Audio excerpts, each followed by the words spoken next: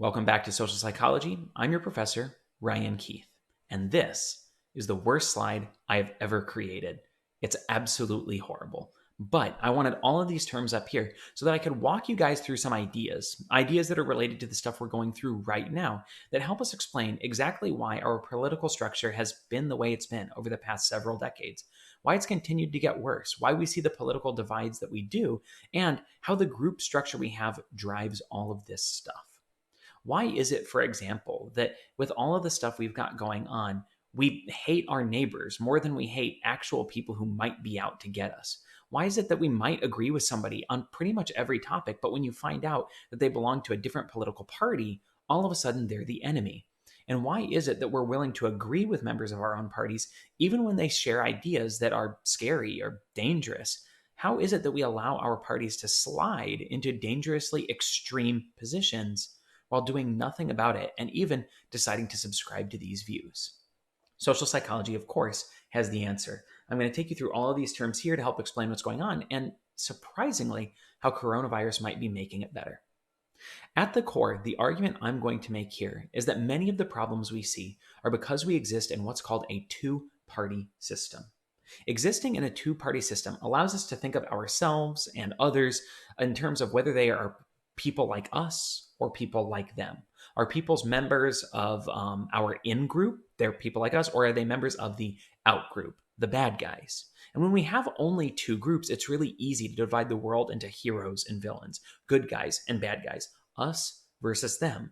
Rather than there being 7 or 10 or 12 or 100 groups to which we might belong, there are only two: us and the other guys. Only two clear choices. One of the reasons we are motivated to do this is because of the terms I've got going on up here: group justification theory.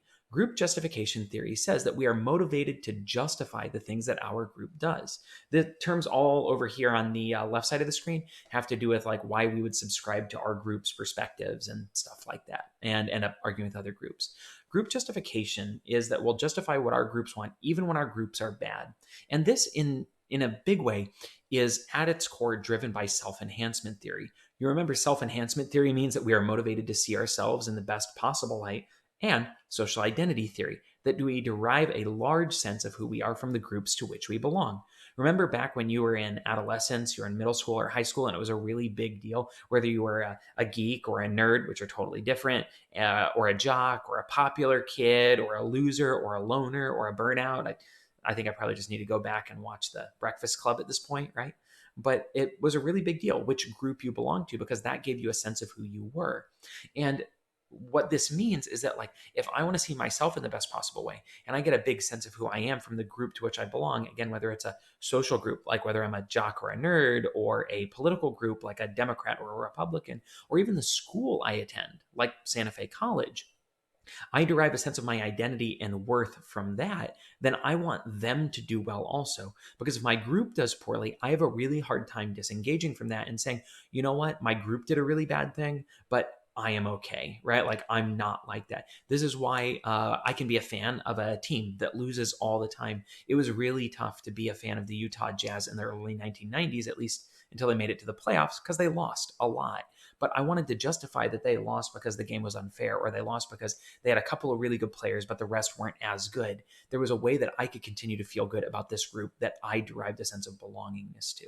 And we start to see a little bit of how this ties in with our political perspectives also. If I see myself as a Democrat or a Republican, I want that group to do well so that ultimately I can feel good about myself. I want to view those politicians in the best possible light because then I can feel good about myself. As we learn, though, from social comparisons theory and the self evaluation maintenance model of self esteem, there really is no such thing as good. There's just better, or hopefully best. That we derive a sense of value not from ourselves and our groups, but from the performance of others. 90% on a test is good unless everybody else gets a 100. What this means is that you don't just want your group to do well, you want your group to do better than others. right? And in this way, we draw this line between the in groups and the out groups, and we want our in groups to do better than out groups. We want the Democrats to do better than Republicans, or Republicans to do better than Democrats. And if you're already getting a sense of where I'm going with this, you're not going to be wrong. If you remember, of course, that everyone is horrible, right? Because as we remember, if we can do a couple of things, of course, we can boost the status of our in group to help ourselves feel good. We can think about all of the great things that our politicians talk about and do, ignore their horrible things. Or a much simpler thing we can do is to denigrate the out group. Rather than focusing on all of the great things our group does, we can make the other group do poorly. We can talk about the ways that their politicians are corrupt. We can talk about their attempts at legislation that failed. We can look at all of the times that somebody in their group said they were going to do something and didn't, or got arrested and went to prison, or lied about something, or ended up taking care of themselves instead of somebody else. Or we can focus, of course, on things like COVID-19 and economic downturns in the middle of somebody's like a political run, right? The idea is that we are motivated to look at the failures of other groups. And when we don't see those failures, we are motivated to generate them. This is part of why we can have Americans who believe wholeheartedly that everybody needs to vote and cast a vote, but can also pass legislation that ultimately keeps people from reaching the polls. This is why we can have people who believe in equality and equality of representation, but are fans of gerrymandering districts so that their politicians continue to win. Why it is that we can argue about needing fair and open elections, but ultimately are okay with funding from billionaire super PACs or even the involvement of foreign bodies if it means that our guy ends up winning, because ultimately we want our group to do well and the other group to do poorly. And once we're focused on in groups and out groups, not only are we denigrating the out group, but it makes it very easy to naturally distance and dehumanize that group. That we start using language that pretty much means them. We don't talk about our neighbors, we don't use their names. We talk about the opposition, we talk about Democrats or Republicans, the left, the right. I bristle anytime I see a news article that refers to what the left wants or the right wants, because it makes it sound like these millions of people are a singular unified force that have no face and no thoughts and no beliefs, and there's no reasoning behind what they do.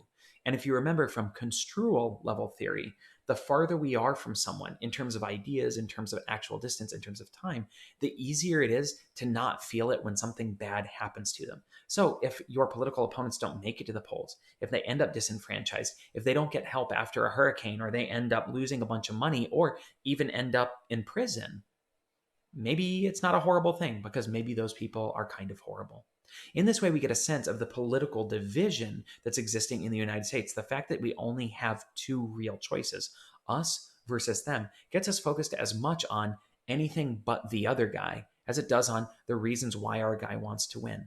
If we think about a lot of the language around the 2008, 2012, and 2016 elections, they're language that almost has more to do with football games than political contests. Rather than wanting to select candidates who would do things that are good for us and our fellow Americans, we are focused on winning. We're focused on the other guys losing, and once we have our turn in power, we can do whatever we want, and they need to suck it up.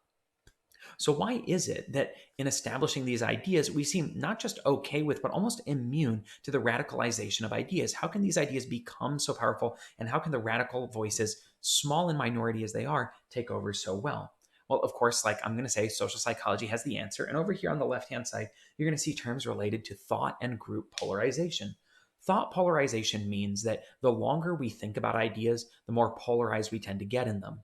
We tend to imagine that if I'm like an armchair philosopher, I'm sitting at home thinking about economic issues, I can come up with a reasonable explanation for it that cuts right down the middle if I'm allowed to just quietly consider all different sides of an argument. In reality, though, I tend to walk away with simpler, more extreme, and more problematic perspectives. Group polarization is the same thing, just on a group scale. That when a group is allowed to have discussions, we don't see them come up with a middle ground that makes everyone unhappy. In fact, groups tend to come up with more polarized and more radical views than individuals do. This is something called the risky shift. Groups tend to come up with risky and ill-informed conclusions. So how does this happen? Well, one explanation is attitude inoculation.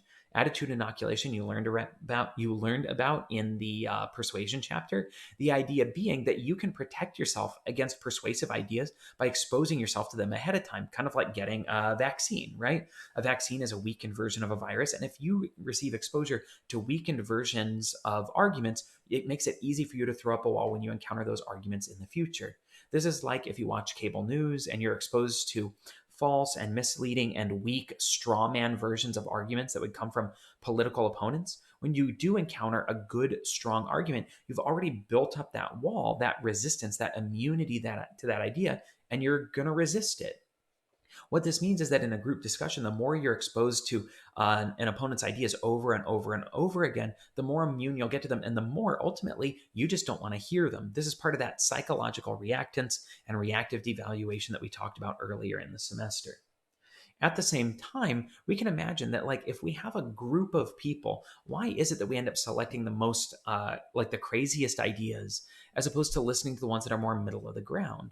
Well, what we might imagine is that in a group like this, and this is where social inhibition comes into play, in a group like this, you have people who believe passionately in relatively extreme and simple ideas, and then people who pick more moderate ideas, in large part because they are willing to compromise, but also because they don't believe as strongly in their own perspectives. They believe more in looking at everyone's views, listening, and coming up with something that everyone agrees in. The result is we might ask ourselves, like, who's more likely to do a lot of talking in a situation like this? Somebody who's more moderate or someone who's more extreme?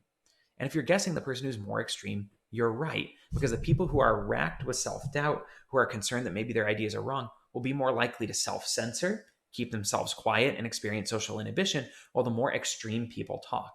And what this means is that when you're sitting in a room like that, trying to figure out through social comparisons where everyone stands, you're only going to hear a couple of kinds of perspectives. You're going to hear the most extreme perspectives on one side and the most extreme perspectives on another, leaving yourself, based on the availability heuristic, to come up with only one conclusion, that the only perspectives anyone holds are the really extreme ones. We see this not just in a group project, not just in community meetings or in board meetings, but in our political discourse generally. Think about the perspectives that you hear on the radio, that you see on TV, that you read about in articles. What are the ones that are most attention getting? What are the headlines you see in the biggest, boldest print? What are the ones that come across loudest? Not moderate perspectives asking everybody to agree, but ones that involve winning or losing or making the other group pay, or how dirty and corrupt and awful they are and how wonderful this other group is, and about how no compromise is acceptable. And in this way, it leads us, even below the surface, to believe that there are only real two perspectives to have: really extreme ones on one side, really extreme ones on the other. In other words, extreme views on your side and extreme views on the other. And they both might be extreme, but I'd rather agree with people in my in group than people in the out group. And once they're established as the out group, I'm willing to do just about anything to keep them from winning. As we continue to talk the rest of the semester, we're going to talk about how these group perspectives lead us to be willing to engage in aggression, or hopefully altruism, to compete or cooperate with other people. How these perspectives are based not just in these kinds of group dynamics, but also in evolutionary perspectives. I know this is a lot of terminology, but if you can tie them all together to gain a better understanding of how our political situation works, it'll help you not just understand how to operate as a voter and a consumer of news, but also how to look at something like the coronavirus, funnily enough, as something that could be a little bit positive. Because one of the things that we have been seeing is that in the midst of a global crisis, people are tending to come together. That in discussions about our financial stimulus package, I've seen unified disgust from the left and the right about senators unwilling to compromise. That we're willing to agree, not on a lot of things, but we are willing to agree about how ridiculous it is that everyone is hoarding toilet paper, or that we can't go to the grocery store with more than 35 people at a time. This reminds me of movies like what happens in the Avengers, right? When superheroes who have their differences come together to fight the evil Thanos, or in the classic sci-fi movie, I hate that I'm calling a movie from my childhood a classic, but Independence Day, where the nations of the world come together to fight off aliens. COVID-19 might not be a supervillain, and it might not be an alien coming to destroy us all, but it is what's called a superordinate goal. A superordinate goal is a problem that you can't overcome on your own, or even with just members of your own group. You have to all come together to overcome it as one unified group, right? And in this kind of a situation, that's exactly what we're seeing. So if you have questions about why we're divided, why we're so extreme, or how COVID-19 brings us together, reach out to me. You can talk to me during my office hours on Google Hangouts at officehours.page.link/meet, or you can call or text me at 352-327-8259 pretty much anytime. I can't guarantee I'll be able to answer a text back right away, but I'll get back to you as soon as I can. I'm Ryan Keith. This is Social Psychology, and I cannot wait to keep talking to you about how our groups work and don't work.